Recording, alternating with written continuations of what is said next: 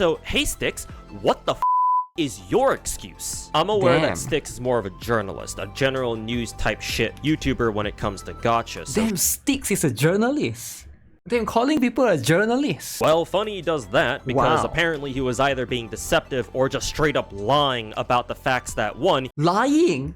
So not only does it seem like Stix is yet another bandwagoning gacha CC piece of shit, but he'll also even put out sweet little lies to whatever the popular narrative is for the day, just so that his videos will have the view count that he likes to see at the end of the day.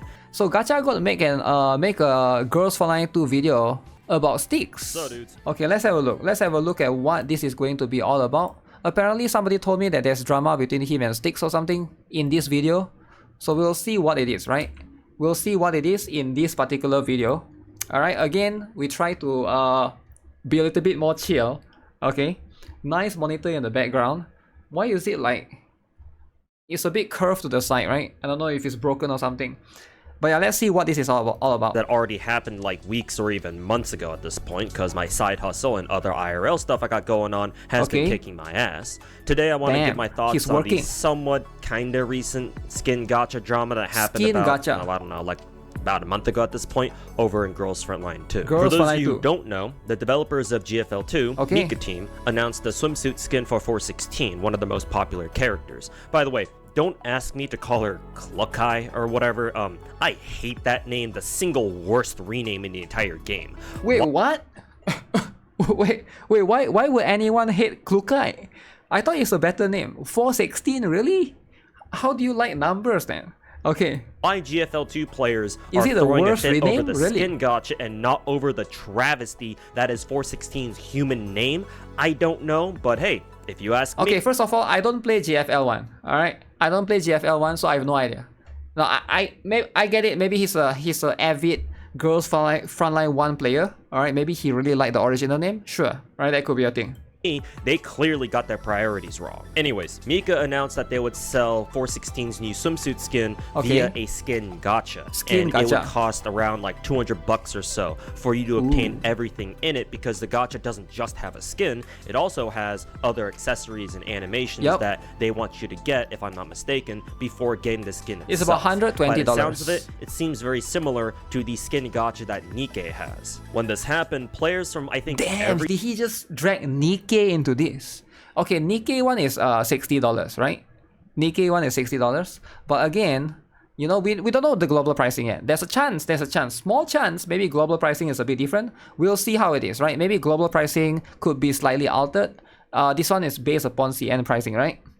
Single GFL2 server out there immediately clapped back at Mika and basically told them to go fuck themselves. Good old Mika team can't go a single year without some nuclear drama going off in their faces, usually because of some of their own fuck-ass decisions. As somebody who's played the original Girls Frontline Gacha GFL1 for 6 years on the EN server since day 1 until 2024, let me give you some context. Look at the army of GBs! Oh my good, army of GBs. First, this is not the first time that Mika team has done a skin gacha, because GFL1 had one too, and it was way fucking worse there, man. If you wanted to pull for one of those live 2D gacha skins that they got going on and you hit pity, that shit cost you $400 to $500. To be fair, you'd be pulling for other $500 in GFL. I didn't know about that. I didn't know about GFL1. $500. That's insane. Skins on that skin banner too, and there's a system where you get black. Oh, that's bouquet. That's bouquet. Transparent wedding skin. Okay, I guess we can expect this to come to GFL2. When it comes to GFL2, $500. I'll wait for it. I'll wait for this skin to come to GFL2. Cards every time you get a dupe of any skin, even the lowest tier ones. And those cards let you pick up other skins from past banners. Wait, is that still $400 to $500. Even if GFL2 skin gacha is technically a lot cheaper, that's still $200 for a skin in a stupid gacha game. So for me personally, seeing Mika team bring back their skin gacha like this just got me like, bruh, Yuzhong, what the fuck are you doing, man? So now that you have the context, let me explain to you why I think some people out there way overblew this thing. I'm talking about people like Stix who decided to quit the game. Stix. Yo, he's calling out Stix. Okay. So you know this is going to, okay, this is we are 2 minutes in and he's already calling out, all right? So he's not messing around. I'm talking about people like Stix who decided to quit the game over this whole thing over a stupid $200 skin gacha. Stupid. But first, let me give my honest thoughts on this whole skin gacha drama thing. Yes, I agree in the sense that this is pretty damn scummy on Mika's part for a few reasons. One, as a blanket rule, just for me personally, for gacha games or just video games with microtransactions in general, I believe that no skin should cost more than 20 bucks as a standalone product. And even then, I still think 20 bucks. I feel like at the end of the day, right, it's cosmetic, right? So it doesn't really matter too much because cosmetics are cosmetics. Because I do know that a lot of these games, they do apply this Pareto principle where like the top spender, the game's 90% of the game's income come from the top 5% of the whales. Right? Does it make sense? So it's like most people are like free to play, but then there's a lot of like these whales that they are going to spend no matter what the game throws at them. So I think like this kind of game, gacha games generally, they try to cater towards those people. Now it is going to be stupid for the average person, but a lot of these collectors, they try to collect as many of these skins as possible. And you know, at the end of the day, the whales are the one funding the game. That's just how these things work, right? It's like the entire business model. It's like pushing it. And if you want to price a skin higher than that, then it better come in some kind of like package where you get other stuff like materials or extra gacha pulls or something. Yeah, materials is fine. As I alluded to before, this ain't the first time Mika team has done a skin gacha. So but they shouldn't add stats though. If they add stats, then that would ruin the thing, right? But if it's just a skin that you know, looks sexy and stuff, sure, right? It's like whatever. As a GFL1 veteran myself, when GFL2 first came out and we saw what its monetization was like, I was like, oh cool, there's no more fucking skin gacha, thank God. And then Yuzhong comes along as all like, sorry guys, my bad, I need my 15th Ferrari or something, so fuck you, pay me. And 3, did they really need to make... Does Yuzhong actually have 15 Ferrari? No way, right? I don't think Yuzhong... Okay, he's rich, but he's not that rich, right? I think like 15 Ferrari is a lot. Maybe he has like 1 yacht. That's about it, right? 1 boat. That's pretty much what it is. $500 skin, the game will not EOS. I mean, that's just how it is, right? At the end of the day. Make a whole fuck-ass gacha out of this. What I think they should have done was put 416 swimsuit skin on sale just as a standalone product for like 30 bucks or something, and then offer the other accessories and animations as either, you know, individual microtransactions or at most like bundle them together. What's really baffling about this whole thing to me is that Mika has already done that kind of pricing before, like the pricing that I've just mentioned. Springfield's dress skin is 30 bucks, and it comes with its own, you know, unique lobby and animations, 30 bucks and other skins now have like these accessory bundles that you can buy for like, I don't know, like 5 or 10 bucks or something that lets you customize certain parts about those skins. Yeah, this one is like whatever, you right? had a good model that players, you know, didn't really mind. So what the fuck is this skin gacha all about now? If I'm not mistaken, I believe that Mika team is at least partially owned by Tencent. Either that or Tencent partially controls like the game itself. Not sure how that works, but assuming that Mika team does in fact have some Chinese mega corpo overlord that they gotta answer to, then obviously there's not much we or even they can do about it. But the fact that they... Is it true though that is it true that... I thought they... I'm not sure about that, right? But if... Based on his statement earlier, he did say that GFL1 also has the gacha skin. So assuming that so it's not a surprise that they want to do that in GFL2 as well. Now again, at the end of the day, probably they have already investigated and do some research into it and look into you know, maybe like the outcome of this as a whole. Generally, I feel like I don't think they are stupid as well, right? They might be coming with an outcome or to a conclusion that more players would tend to spend and the money tend to like, you know, the revenue tends to be higher with the skin, with the gacha skin than not with the gacha skin, right? Genshin added a gacha skin recently. Really? I'm not aware of that actually. I didn't know there's a Genshin gacha skin. That's crazy. But yeah, gacha skin is always... I mean, it's a gacha game, right? So gacha skin, gacha game, gacha skin. That's just life. Sprung a skin gacha like this onto GFL2 out of nowhere, I'll admit, that don't feel too good, man. Like, Nikkei players always bitch about how much they fucking hate their own skin gacha, and that shit only costs like 50 or 60 bucks. So like, how else? Do you guys remember the Rouge gacha skin? How many of you guys remember? Rouge gacha skin. No one talks about it anymore. Because some of this drama, they just go away. After a while, they just go away, right? Like, sure, it happens on the first day, the Rouge gacha skin, people bitch about it, and then it goes away. Now nobody is talking about it. Now people are talking about Nayuta skin, Rapi Red Hood skin, or whatever, right? So again, all of this stuff, you know, it just happens for like a few days, right? And I get it, like some people get very upset about it. But usually it's not a real issue, right? Because at the end of the day, I think most people are just not going to spend if they don't like the skin, right?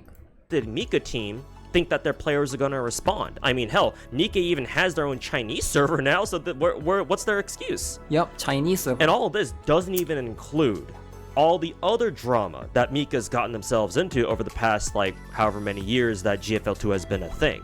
Like that one time that they cucked their own players with Type 95, what? Or should I say, I didn't know about Mrs. Draymond. However, as much as I didn't know about do not like the skin gacha in GFL2, I think that the proper response to a situation like this is to simply stop spending money. If you're a GFL2 player and you are legitimately angered by this whole skin just gacha don't buy the drama skin. stuff, Yeah, just don't buy the skin, right? I think that the most appropriate thing that you can do is to stop paying for stuff in-game until such time comes when you feel that Mika team has learned their lesson, or at the very least doesn't do another skin gacha again, or something like that. If you stop spending money in the game, and you still play the game, you are still supporting the game. Right, you get what I'm saying? Like, remember those people that hashtag boycott Hoyoverse? They say, oh, I'm going to boycott Hoyoverse, but I'm still going to log in and do my dailies. Remember those people, right? Hashtag boycott Hoyoverse, but do dailies, all right? Make sure you guys log in and do dailies, but hashtag boycott Hoyoverse. That's not how it works, right? If you're not happy, you gotta go somewhere else, right? You gotta play another game. Like, you can't just log in, do dailies, because you're still a player, right? Because you're still part of the daily retention, you're still part of the players that log in, and you're still being used as a metric for the company to gauge how many players they have. Like, it doesn't make sense for you to still play the game but don't spend money, right? You're still free to play is still supporting the game in a way, right? I do not think that quitting the entire game wholesale is an appropriate response here, because it just doesn't make sense to me. As greedy and predatory as the skin gacha may seem, it's a fucking cosmetic. Free-to-play can't stop winning. It's a skin that you don't have to buy, an optional purchase. True. Your account is like not gonna suddenly explode or lock itself out just because you decided to not spend money on the stupid skin gacha. This is not a situation where all of a sudden the game's becoming super pay to win. Matter of fact, in the narrow context of like PvP in this game, I'd argue the game was pretty much always like that to begin with people running around with their V6 416s and V6 Springfields. Who's AK-15? Going back to GFL1 skin gacha for a bit here, unless you care about PvP, right? I think it's right. Some people try telling me on my stream that, oh, the skin gacha wasn't so bad in the first game because you could get every character for free if you played the game enough, and that the skin gacha in GFL2 is different because now instead of a construction gacha, we have the typical Hoyo gacha model, and so getting characters is so much harder, apparently. Setting aside the fact that somehow those people don't think a $400 to $500 skin is a problem, they clearly do not play GFL2 regularly. Because in my honest fucking opinion, Girls Frontline 2 is actually one of the most generous gacha games you can play right now. Just in terms of how many gems you get to pull gacha with. Wait, is it true, guys? Is it true? Girls Frontline 2 is one of the most generous gacha right now. Like, we have so many gacha. We got Brown Dust 2, we got Nikkei, we got Blue Archive, we got Azur Lane, we got everybody's favorite Chaos Zero Nightmare, we got Wuthering Waves, and Girls Frontline 2 is one of the most generous. Damn, I never thought of it. Generous. I mean, it's not bad. I wouldn't say it's stingy, but to call it one of the most generous, right? It's probably the most generous one that you play. Huh. you just play the fucking game? Given that I now main 18 different gachas at this point, 18? Go ahead, count them. Yo, he's playing 18 gachas. Oh my, 818. Oh my, wait, oh my face cam is blocking one game. So he's also playing. Wow, he's playing. This is insane. This is why he's the gacha god. All right, this is why he's the gacha god. I think I have a pretty good sense for how generous a gacha game can be. Yes, GFL2 does have the Hoyo gacha model, basically works the exact same with the one exception being gacha pulls are slightly less expensive. I need to reclaim, but the game itself is still generous enough to the point where I genuinely believe that you can still pull every single character in the game eventually, even if you spend absolutely no money on it. You just have to grind the game and play it every day. And hey, wasn't that the exact same fucking thing they said about GFL? To be fair, he don't play Chaos Zero Nightmare, right? I don't see Chaos Zero Nightmare on that list. Chaos Zero Nightmare, 3 hours a day for Chaos runs? No. That's like, Chaos Zero Nightmare is equal to 5 games, alright? So you gotta understand, as somebody that plays, it was on the list, was it? Damn, how does he do Chaos runs then? Does he do Chaos runs? One. Maybe he skipped Chaos runs. Quitting the game entirely is a disproportionate response to the skin drama. This is typical Twitter behavior. That's just how it using, I don't know, like some bandages and an alcohol wipe to patch up a cut, y'all be throwing a fucking nuke at it. Not every GFL2 player has reacted like this, to be fair, but this is how I think some of them out there have decided to react, or otherwise respond to, in ways that also don't make much sense. This is where I start roasting the fuck out of that Stix guy. For the record, he's far from the only one in terms of like content creators who's reacted like this, but I'm using his ass as an effigy here since he's the biggest name that I know of who's gotten involved with this issue himself. Stix put out a video some time ago giving his own thoughts on the GFL2 skin drama, and after the first uninstall, I did it, I quit, uninstall. Oh shit. Oh my goodness. 5 minutes or so, where all he does is sniff his own asshole about how much he loves the game and how he used he sniffed his what? What did he say? Your Stix what? Stix put out a video some time ago giving his own thoughts on the GFL2 skin drama, and after the first 5 minutes or so, where all he does is sniff his own asshole about how much he loves the game and how he used to play it every day, he basically says that he's quitting Girls Frontline 2 because of the skin drama. Because he thinks that, Mika team isn't respecting their players enough, and other high-horsed moralist bullshit that countless other dogshit gacha CCs out there also like to ramble about in their own dog shit content. It is time for me to quit a gacha game that I've been playing since the day it released. This is a game that I did not miss logging into for a single day since it released back at the end of 2024. This was one of my favorite gacha games of all time and continues to be one of my favorite gacha games, because even though I'm uninstalling it, even though I am moving on from it, I don't think it is objectively a bad game. So let me call out Stix here directly. What do you count as playing every day? Because if just logging in and immediately alt F4ing counts as playing every day, then shit, I guess you wouldn't be lying. But me personally, that ain't shit. Here's what my account looks like. I have every single character, I keep up with all the content, I grind boundary push and phase clash every week, and every time we get a new character announcement, I start prepping for them immediately by farming their preferred attachments. I even have a whole ass series where I record monthly logs where I go through my account on GFL2 or hell even other gacha games that I play to show people what my progression in those games looks like. I talk about who I pulled. He even got the Macchiato gun skin. Oh my god. Past month, where they are in terms of investment, and my plans for. Look at it. Oh, my attack boost, crit rate, attack flat, max out. Wow, max out. Damn. My account, or I guess individual characters, for the following month. So hey man, show us your account, Stix. Let us see what your account looks like. Because if you really were playing every... Wait, why does he want to steal Stix account? He already quit, right? Stix already quit. So why he wants to roast Stix even more, man? He already quit, man. Like, you can't just keep roasting somebody that's already quit, right? day, then your account should be caught up with very obvious investment. Okay. Actually, I'm not even sure if that's enough at this point, because I remember being informed that at some point you have your wife manage your gacha accounts for you. Now, I'm sure your wife is a fantastic lady, and it's— Wait, is it true? Stix, the wife is managing the account, is it? I don't think that's a big issue, right? Like if the wife is managing the account, like I don't know, like maybe it's, some people might not like it. I think he's trying to say that maybe Stix doesn't fully play the game, right? Maybe. I'm not sure.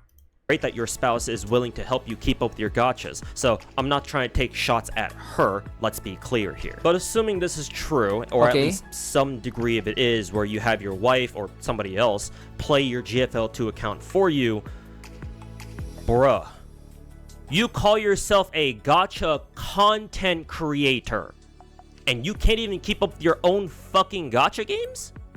So you have to pawn them off to other people? Yo, not everyone is a gacha god, right? He gotta chill a bit. He expects Stix to be a gacha god? Come on, man. So I don't know how many games Stix is playing, right? But like, you can't expect everyone to be a gacha god. Like, of course, some people are going to ask other people to play, right? That's just how it is, right? But yeah, I feel like I don't see how that is a big issue, but okay, maybe for him it is, right? I am next. Damn, I play all my games though, right? I think it is absolutely pathetic for gacha CCs specifically to rely on account managers to play their fucking games for them just so that they can tell their viewers, oh yeah, I keep up with my gachas. If content creation is your main source of income, your main source of bread that pays for your bills every month, what are you doing not playing them your damn self? True. I have a side hustle now that takes me out of the house anywhere from like 5 to 7 or even 8 hours a day. And I still keep up with 18 different gacha games on top of being able to stream and pumping out YouTube videos just like this one. Other gacha— Damn! So 18 gacha games, also have a side hustle 8 hours a day, and he can also stream, and he can also sleep at night. Oh my goodness. Oh my goodness. This is not human. Wow, that's insane, guys. And he also make YouTube videos, stream YouTube videos, 18 gacha games, sleep, eat, and side hustle 8 hours. Wow, this is the definition of a gacha god. Players who aren't even content creators out this there, how you know. I'm sure, also have to juggle quite a few gachas themselves while also working full-time ass jobs. So, hey Stix, what the fuck is your excuse? I'm aware that Stix is more of a journalist, a general news type shit YouTuber when it comes to gacha. So damn, Stix is a journalist. IGN, 7 out of 10. Damn, calling people a journalist. Okay, I see how this game needs an easy mode.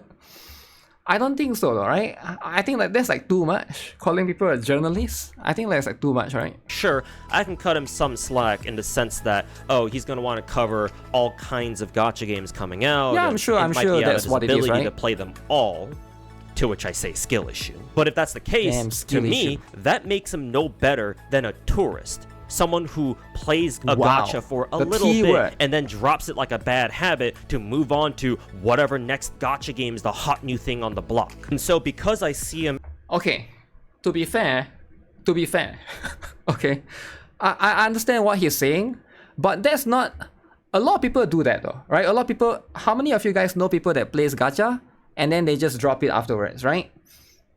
I don't really see anything wrong with that. I get it, sometimes that could be like it can be a little bit upsetting, right? And for viewers, sometimes you follow somebody because of one particular game and then they drop the game and then now it's like, oh, they're no longer playing the game. Sure, I get it, I understand, right? But at the same time, it's like, it's hard for I think like number one is time, right? Because like when a new game comes, so you don't have time to— if you want to allocate time to play the new game, so you just gotta drop the old game. So I can see that particular angle, number one. Number two, some of the games do change over time, right? Some games, they actually do change, they do add more things and they become bloated as a whole and they're no longer the same. And sometimes it's just you get bored, right? I think like there's a lot of reasons. I don't really see anything wrong with that because like a lot of people do that, right? It's not really unique to Stix in this particular case, right? pretty much 70% of people that I see do that. Yeah, like generally, right? But if a game, like at least for me, you know, if I really like a game, I tend to stick with it, right? But I'm not sure about other people, right? I'm sure like some people do that as well to a certain extent. Some people maybe they don't, right? You can't drop a gacha game. I mean, sometimes it's not about dropping a gacha game. Sometimes it's about you trying out a gacha game. Does it make sense? Because you try out a gacha game, you need to have a feel of how it is, whether it's good enough. Because you never know, right? Because you need to play a game for me, generally when I play a game, I want to play for at least 1 to 2 weeks. I don't want to play for 1 day. When I play for 1 to 2 weeks, I already have a gauge. Then I'll know if I like it or not. Because here's why you need to play for like 1 or 2 weeks. Because the game on the first day, they usually is like honeymoon phase. And then you gotta have a feel of the events. I think the events is very important. So that usually comes like 1 week later or 2 weeks later. So once like you have like 1 or 2 weeks and then you have like at least the banner comes in, then you basically understand the flow of the game better. Then you can basically gauge the game better. That's just going to be how it is, right? That's just my opinion though. But I get it that some people, they just they can judge everything at the first day, right? Also end game as well, right? You gotta think of it from that particular case, right? Depends on the content that the content creator is making. If it's a news, then casual is fine. Yeah, I'm not sure, right? I don't really judge people for their content as well. As more of a tourist than someone who actually cares about gacha games, I have a pretty big fucking problem with someone like him making a video calling some gacha developer greedy and preaching about how he's gonna quit playing their game because he thinks they're not respecting him and their other players enough. Someone who very likely has barely even played the game himself outside of the times he got paid by them to play it. I think they call those things sponsorships or something. Oh, and as another side tangent, just to throw some more gas into the fire, Stix has recently been very vocal about Stella Sora, another gacha game that came out pretty recently, and one that Stix have been vocal on Stella Sora. Oh my, Stella Sora community address is tone deaf. Damn, what happened? he was initially shilling for, but when people started complaining about several problems that they saw the game having at launch, he pretty quickly turned coat and joined them in criticizing that game too. Well, funny he does that because apparently he was either being deceptive or just straight up lying about the facts that one, he... Lying? Did he just call Stix lying? Deceptive and oh, that's too much, okay? Like you can call somebody anything. Calling people lying? I think that's a little bit too far though. I think that's, in my opinion, that's too far, right? Now, Stix will have to respond to this for sure, right? Knew that Stella Sora's gacha on release was gonna be 3,000 gems instead of the usual 1,500 that people said that the beta had. And two, his claim that Stella Sora has no 50-50. Even Fobmaster called his ass out for it, as you can see here. So not only does it seem like Stix is yet another fuck-ass bandwagoning gacha CC piece of shit, but he'll also even put out sweet little lies to dick ride whatever the popular narrative is for the day, just so that his videos will have the view count that he likes to see at the end of the day. Makes sense that he's a woo-a shill. Damn, that's a lot of roast, man. That's a lot of... Why is he so aggressive? He's very aggressive. He's a little bit too aggressive. Calling people the FS shield, whatever. Wow. Well, that's a lot, right? That's a lot. But here's the thing, right? I don't have anything against any one of these content creators, right? Like either him or Stix, right? But yeah, it's I think he's taking it very personal, right? I think he's definitely taking it very personal. I'm not sure what. Maybe there's something that behind, you know, that I'm not aware of, right? Between him and Stix, I don't know, right? I'm not aware of it, but this is it seems like he really hates Stix a lot, right? Too, I guess. I cannot even put into words genuinely what I think about this patch, because it was just so... What is this? Unexpected. And he's out here making videos criticizing gacha developers for, hold up, let me check my notes here. Being too greedy? I'm gonna be so real with y'all, man. I think he used the skin drama as a cover-up to drop the game. Him and Pridwin too, by the way. This feels to me like he saw the skin drama. Britwen getting called out too.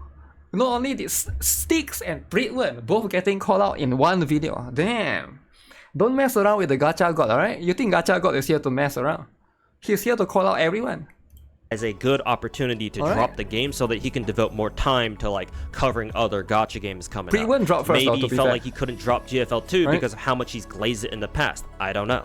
The devs reached out and they were like, hey Stix, would you be interested in doing a sponsored showcase in a video and a live stream of our brand new character? Just kind of like react to her, let us know what you think, try the new gameplay modes and everything. And I was like, okay. I'm not trying to pull fast one. No. Darcio, what's up? She's crazy. Okay, good to know. So I was like, okay, sure.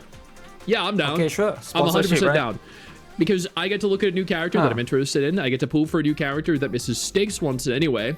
And we get to kind of look at everything that's been introduced before in the current one. And then when he realized that he had the perfect high horse moralist ass holier than thou off ramp right in front of him, he fucking ratted his ass out like his name's Pirate Software in a WoW dungeon. He's only maybe a few steps removed from being a full-blown fucking rat, and y'all should already know how I feel about the fucking rats around these parts. To wrap this video up, let me leave on this note. I think that it is still very important for Gacha players to do what they can if they feel strongly enough about something that they see is a problem in their games. Too often do Gacha players just bitch and moan on Twitter, review bomb completely unrelated apps, or try to conduct a half-baked, pathetic excuse of a social media boycott to satisfy the... Yo, do you guys remember? Boycott against hashtag boycott Hoyoverse. Do you guys remember or not? Hashtag, that was the Netland.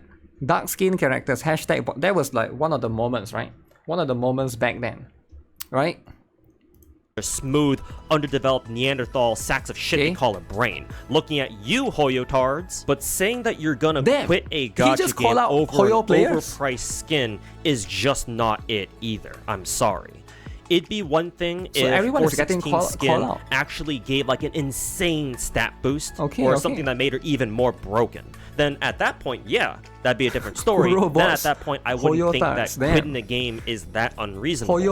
But that's not the case now. I do want to give props to most of the GFL2 player base. I think that most of the response that I've seen personally to this skin drama was fine. Again, I think that the most appropriate response to this is to stop spending money, if you care enough about it at least, until Mika does something that shows us that they won't do this again. I don't think they will change though, to be fair, because it's like it's built upon an entire system called the crew deck, right?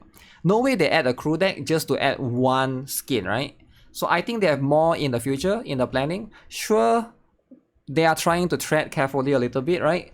With the backlash and stuff, but at the end of the day, I really doubt they're going to like remove it or like backtrack. Like, it's already in the game, right? It's already in the game right now. So we'll see if they add more. However unlikely that after Cookie But skin, quitting the game over a cosmetic, something that doesn't even affect your gameplay directly, no matter how overpriced, is definitely a choice. And if you ask me, not a very logical one at that. And if respect is the crux of your argument here as to why you feel justified in quitting Girls Frontline 2 over the skin drama, do people use respect as an excuse? Man, but Gacha players like us have no right to talk about respect, especially when it's coming out of people like Stix. But hey, it's a free country where I live, at least, or at least so they say. So do what you feel is appropriate. Just don't get too triggered when the god of Gacha calls you a fucking retard for it. Thanks for watching. Drop a like and a sub. Check out the stream here on YouTube or over on Twitch, and check out the Patreon to support me further. Other than that, have a good one. Wow. R-word Stix. Damn. Yo, he's not messing around, right? You think he's here to mess around? You had to laugh a lot, it was funny.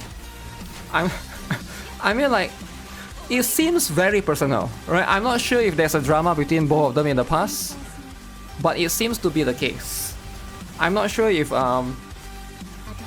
you know, at the end of the day, with stuff like this, right? I get it that he's trying to call out Stix and stuff, but that's just how it is, right? Here, let me link it to you guys the video, right? If you guys like the video, that's the one. That's the video right there. But At the end of the day, you know, like people are just gonna quit games, and that's just how it is. If they want to make video about it, I don't think it's that big of a deal, right, for me. But yeah, that's the stuff, man. Those are the stuff.